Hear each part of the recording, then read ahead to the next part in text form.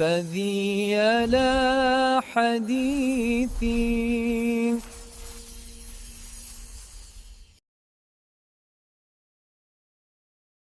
Usiku wa saa 2, watoto walikuwa wakicheza nje. Baba yao aliwaita na kuwaonya, msitembee usiku, dunia imejaa majaribu. Lakini Chaurafi na rafiki yake Kitolo hawakusikia. Usiku mwingine walitoroka tena. Walipokuwa mitaani, kundi la wezi lilivunja nyumba jirani na kukimbia gizani. Kitolo alifanikiwa kujificha, lakini Chaurafi akanaswa na wananchi waliokuwa na hasira. Huyu ndiye mwizi! Walipiga kelele. Chaurafi alipiga mayowe. Mimi si mwizi, na hapa mimi si mwizi! Lakini hakuna aliyemsikiliza. Wakamshambulia kikatili hadi akafariki pale pale.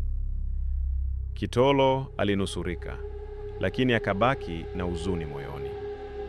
Alijua kosa la rafiki yake lilikuwa moja tu: kutochukua tahadhari na kutoitii sauti ya baba yake. Maisha yanaweza kupotea kwa kosa dogo la kutosikiliza ushauri. Usiku na marafiki wabaya hupelekea mwisho mbaya.